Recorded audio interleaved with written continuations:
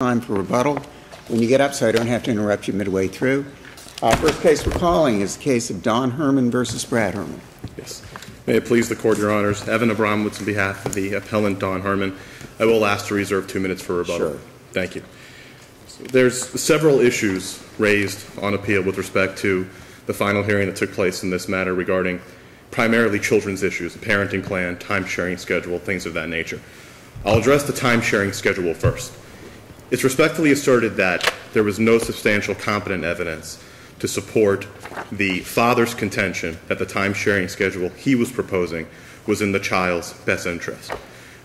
He essentially presented nothing to make that connection for the trial court. And although we recognize that time-sharing schedules and parenting plans are in the discretion of the lower court judge, and there's a lot of discretion, there has to be some substantial competent evidence to support the decision. And respectfully here, there was not. The mother, on the other hand, did set forth, we believe, a plethora of substantial competent evidence to support her position with respect to the time-sharing schedule. Most importantly, the parties had been adhering to that time-sharing schedule suggested by the mother for several years on a temporary basis leading up to the final hearing. During that temporary period, which I believe was 2.5 to 3 years, the child actually did extremely well. By all accounts. The father testified to this fact, the mother testified to this fact, even the child's teacher, who had taught the child for 2+ years at that point, because it's a Montessori school system, had testified to that fact. Do both parents work? The father works, the mother worked very part-time. Under the temporary time-sharing agreement, did the father ever have a full weekend with the child? Except for holidays, Your Honor? Yes, other than holidays, obviously. Other than holidays, no. That's correct. Right. So what's happened now is, from what I gather, there's been just an addition of 1 day a week per parent alternating. So one parent has a weekend, another parent has the next weekend, another parent has the next weekend. Am I correct? Basically. With respect to the amount of time, basically, you're correct, Your Honor. What's the difference in the time that's being allotted? The amount of time is very similar because pursuant to the parties' temporary time-sharing schedule, the parties almost had equal time-sharing. And what they have now is what? Now they have equal time-sharing. But it's I'm perplexed by that. I'm perplexed by, counsel, to be perfectly honest, I'm perplexed by why we're even here on that issue. I mean, it's just, it's a matter of just a little bit, one weekend a month, or one weekend every other weekend, where the father has the weekend, the mother has the weekend. These parents apparently get along. The child is thriving with both of the parents. Apparently they're doing everything right as far as trying to do everything right with this child. And I don't understand the argument. If I may explain, Your Honor. Sure. Yes. The amount of time was never the issue. In fact, at trial, the mother said she really had no objection to there being equal time sharing. Right. The structure of the time sharing schedule changed dramatically. The 2-2-3 schedule. Correct. The 2-2-3. The 2-2-3 implemented by the trial court judge was a drastic change structurally from what the parties had before. Is the 2-2-3 schedule something unusual that's never been done by a family court judge before? I cannot say that, Your Honor. No, I wouldn't say it's unusual and it's never been done. Certainly, in fact, it's fairly ordinary. A 2-2-3 schedule is not unusual at all, is it not? It's not unusual, Your Honor. But of course, the standard that the trial court judge is looking at is not what's usual. Of course not. It's what's but in the this isn't something that was just pulled out of thin air, is my suggestion. It was not pulled out of thin air. The trial court judge did comment herself, even though it's not pulled out of thin air, Your Honor, that the schedule was confusing to her, even though she ended up implementing that schedule ultimately. But the structure of the schedule did change dramatically. This is not a question of the amount of time, and I know this makes this case a little bit unusual, because usually we're talking about a battle between parents as to the amount of time. And that's not the question here. The question was the structure. And under the prior structure, which was dramatically different than this 2-2-3 schedule, as Judge Emis just said, the child was doing very, very well. Well, even the temporary schedule was at least a 2-2 schedule, wasn't it? Then it was a 1.5, 1.5, and then back to a 2-2, 1.5, 1.5. Yes. So explain to me the drama or the dramatic nature of the difference between a 2-2-3 and a 2-2, 1.5, 1.5, if you would. Well, so there's a few differences. Number one, there's obviously in this 2-2-3 schedule, the the child is spending more time away from each parent, consecutive time, as opposed to going back and forth more frequently. Or one could look at it that the child is spending more time, consecutive time, with one parent or with another. Yes, Your Honor, fair. Okay. The other, I think, primary difference is on a 2-2-3 schedule, you have rotating days on a week-to-week basis. So the child will be with father Monday and Tuesday of one week, but the next week he's with father Wednesday, Thursday. And this is constantly rotating, and even the developmental expert called by the mother at trial testified that that can be very confusing to a child, very unnerving, a total lack of consistency, especially for a child at this age. And the child doesn't know where they're going to be on Mondays, the child doesn't know where they're going to be on Tuesdays, because that is always rotating. What does remain consistent is the every other weekend in a 2-2-3 schedule, but the weekday time sharing is always rotating. And one primary difference with the old schedule is that on a day certain, the child always knew where he was going to be, with one parent or the other. If it was Monday... The 6-year-old. The 6, now 7-year-old, yes. If it was Monday, it would be with mom. Tuesday with so mom. You're suggesting it was an abuse of the court's discretion to convert a 2-2, 1.5, 1.5 to a 2-2-3 schedule, where a 2-2-3 schedule would give each parent an opportunity to have a child for a full weekend, including a father who works during the week. Yes, Your Honor. Also, the parties testified, or at least the mother testified, as to how the schedule was originally constructed, this temporary schedule in the first place. Right. They talked about, they had conversations, they even went to a child psychologist, and part of the reason the schedule was constructed the way it was around the father's work schedule originally. But it was inherently and expressly temporary, was it not? Absolutely. Okay. Nobody is suggesting that schedule was permanent. The only thing we're suggesting is that the child doing so exceedingly well under that schedule was substantial competent evidence to suggest that the schedule was in the child's best interest. And even though I understand what you're saying about full weekends, and that may be a typical, commonplace thing, the father respectfully set forth no substantial competent evidence that that was in this child's best interest. All he said is, I should have weekends because that's typical. And that respectfully is not substantial competent evidence to support the time-sharing decision. The next issue... Did the experts, you said that your client presented expert testimony? Yes, Your Honor. Had any of the experts met with or spoken with the child? No, Your Honor. Had any of the experts met with personally the mother or the father?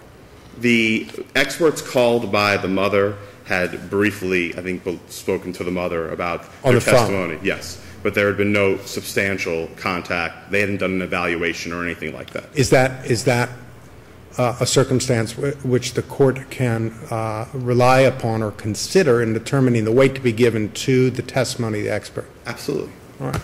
Yes. Fair enough. But the expert did talk about child development in general, especially a child of this age, and was given hypotheticals that lined up with the facts of the case. Is the trial court required to accept that in the absence of contradictory expert testimony from the other side?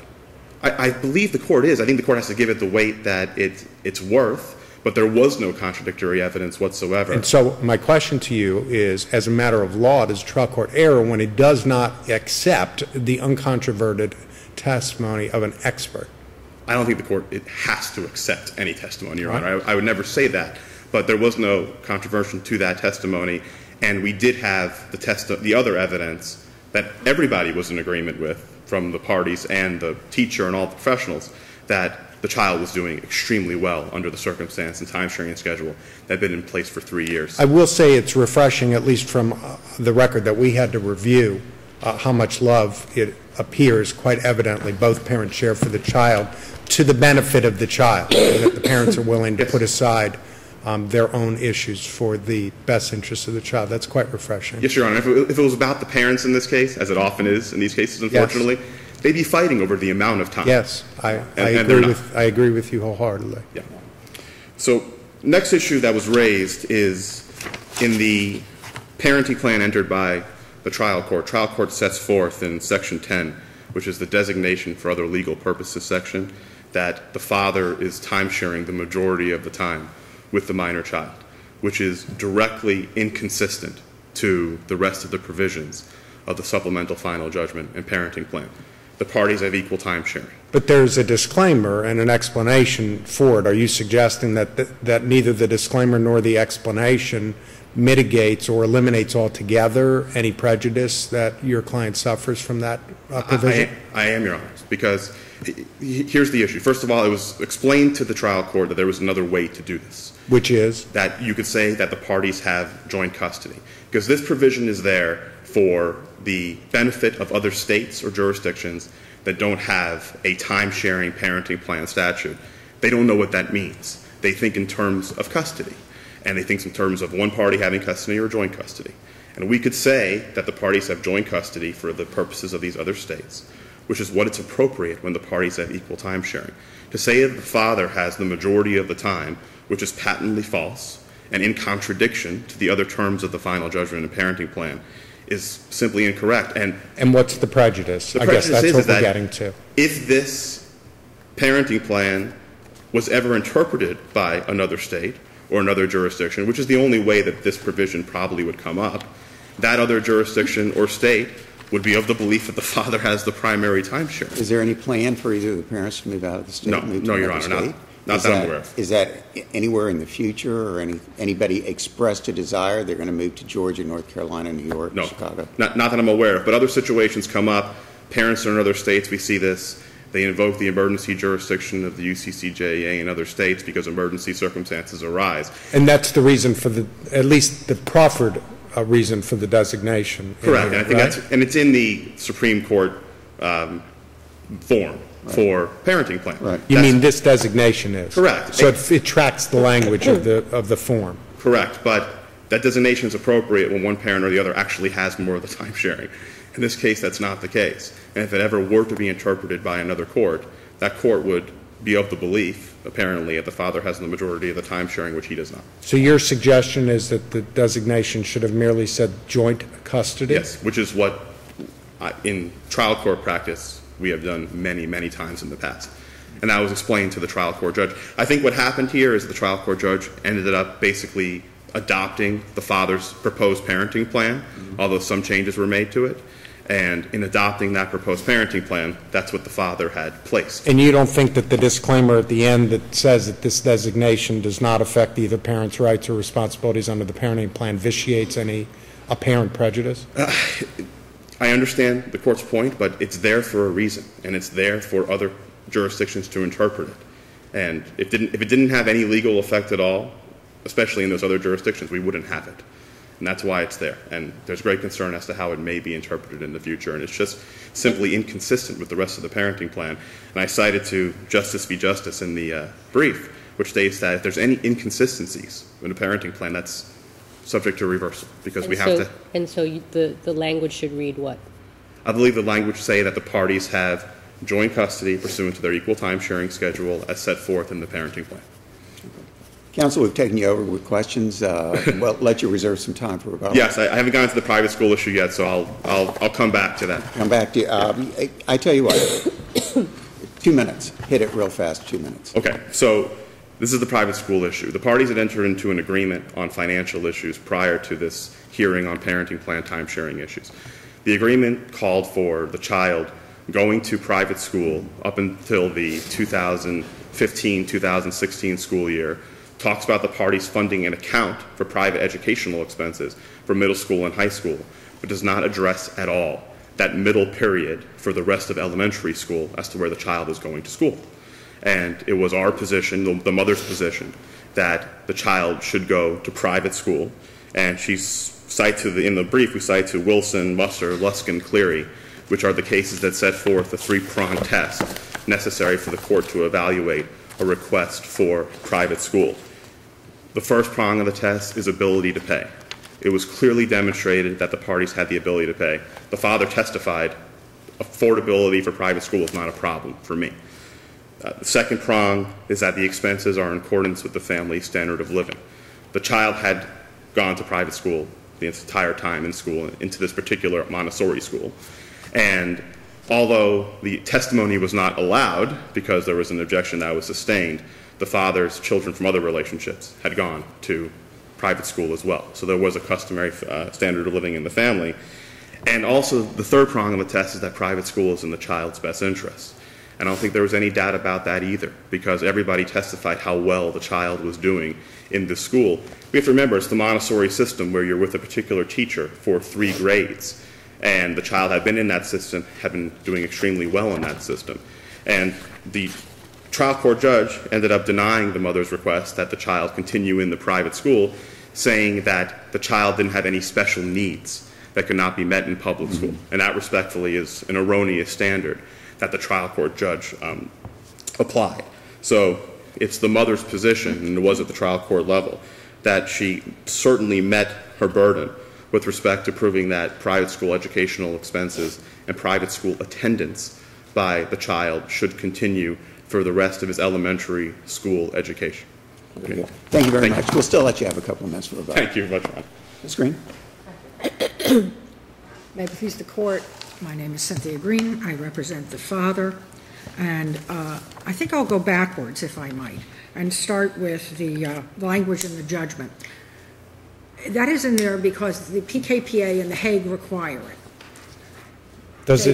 Why can't you just simply designate both parents as joint custodians? Why isn't that sufficient? To my knowledge, that kind of mucks up the works in states that don't recognize that concept. See, the only reason it's in there is because Florida is about the only state that no longer has custody. So you have to have a designation if, God forbid, there's a PKPA or UCCJA problem. I'm not even sure it's UCCJA. I think it's more Hague and PKPA. But I don't think that it is in any way reversible error because the mother in this case is simply not aggrieved. There's been no harm to her. And when your honors ask that question, the best that counsel could come up with is maybe in the future if someone leaves the state. But it has legal ramifications. I mean, that language in there has legal ramifications. It does. And it's not accurate because the father is not the primary. And I know we don't use custody language anymore, but That's really what you're suggesting here with this language is that he's the primary custodian of the child. I actually have no issue if they change that. If your honors want to change that. How about, I think it's a non-issue. As I understand your argument, this has no legal implications here as affects this final judgment. So then I assume you would have no objection if we simply change it to mother instead of father. I would not.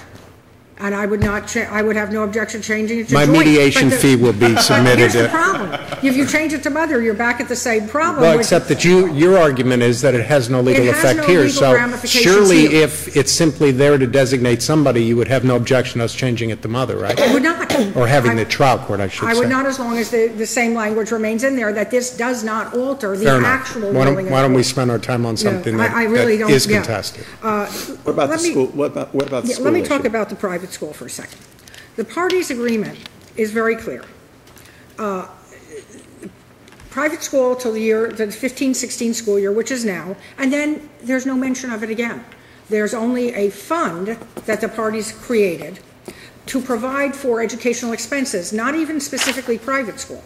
It simply says expenses. It could be band camp. It could be whatever. But there is no agreement between these parties that there would be private school for this child after this final year. It's silent on that issue. It's silent on that issue. But although you concede the final judgment does have to be amended to change it to Montessori through the 15-16 year, yes? Yes, and they've already acted on that. Oh, okay. The child is in that school now. Very good. And that is not a problem. All right. And the years were wrong, but it's still, the point is this. What went wrong here for the mother's side of the case is you simply don't go into a court and say, by the way, I want private school, when we haven't had any agreement as to private school.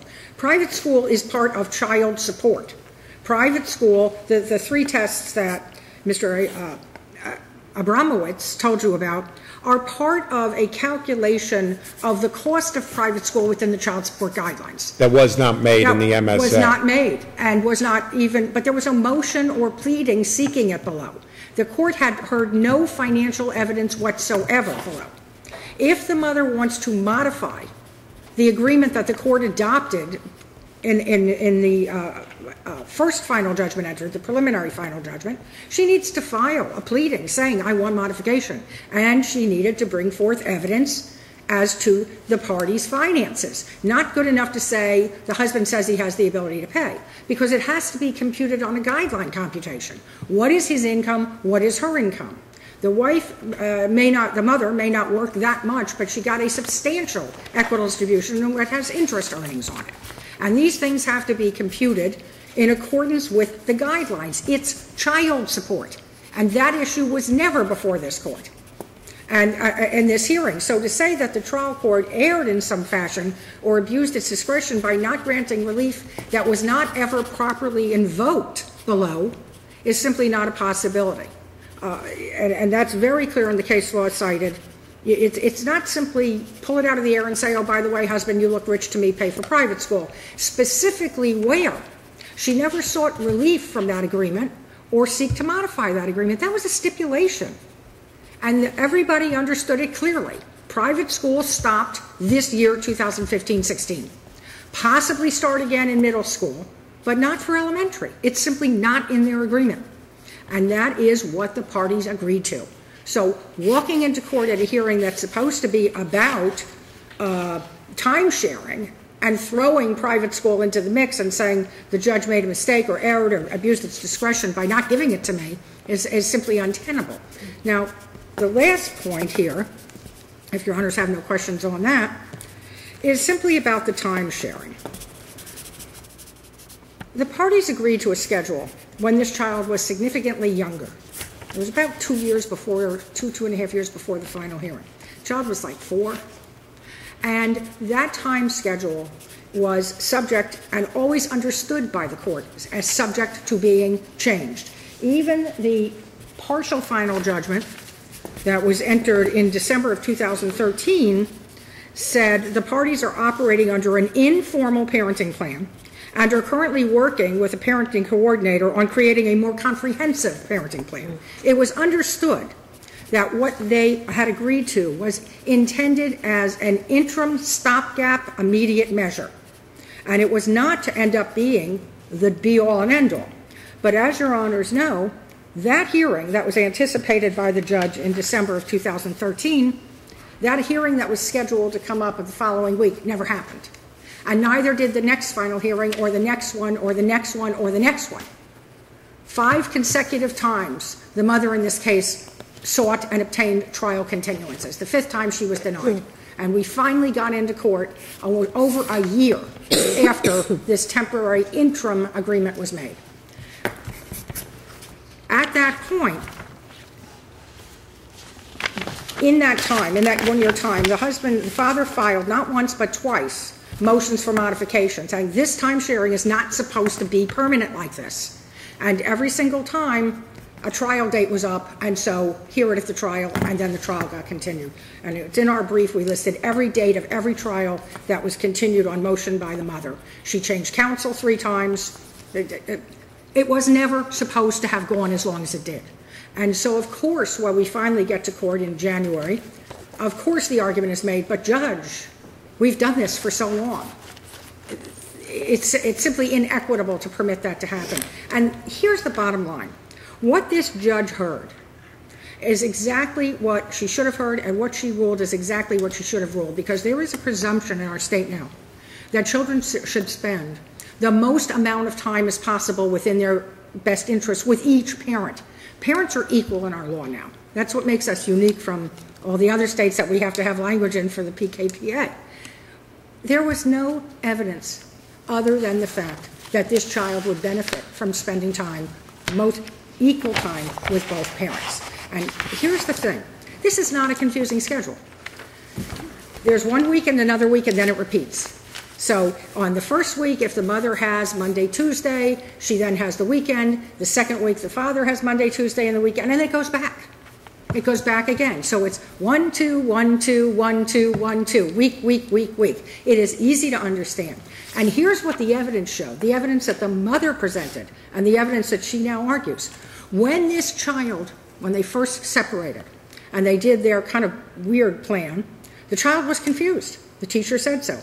When they gave this child a calendar to hold, so he saw the days, he was fine.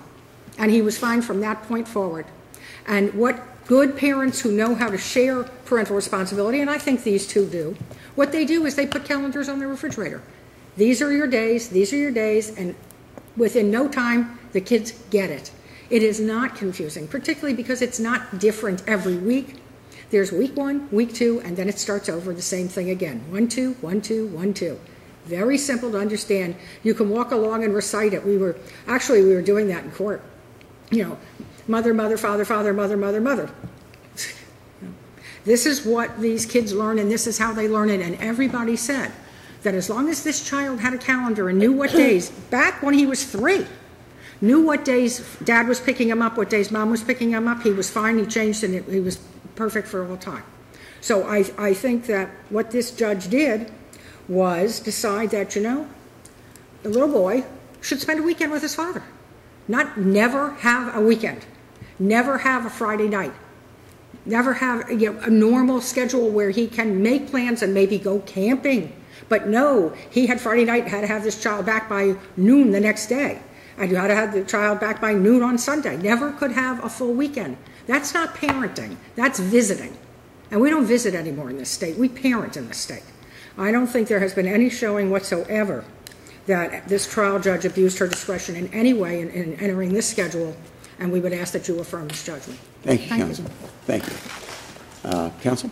Yes, thank you. I just want to address the jurisdictional issue with respect to the private school raised by counsel.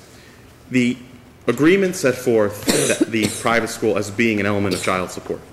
It was in the child support provisions of the agreement. It said that first the husband would be 100% responsible for all private school expenses, then beginning with next school year, the 2015-2016 school year, which the father has now acquiesced he will pay for, even though it's not stated in the final judgment, that the mother would be responsible for 25% and the father 75%. So it's addressed as an element of child support.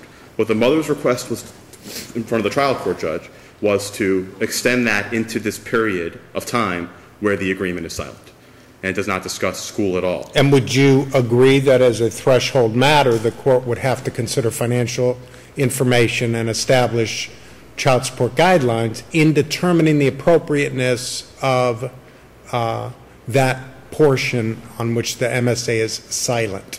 I don't, for a couple of reasons. Reason number one is that the agreement already addressed it and addressed the parties' incomes and addressed child support and addressed, based on their incomes, how the private school would be paid. But not for middle and high school, it didn't.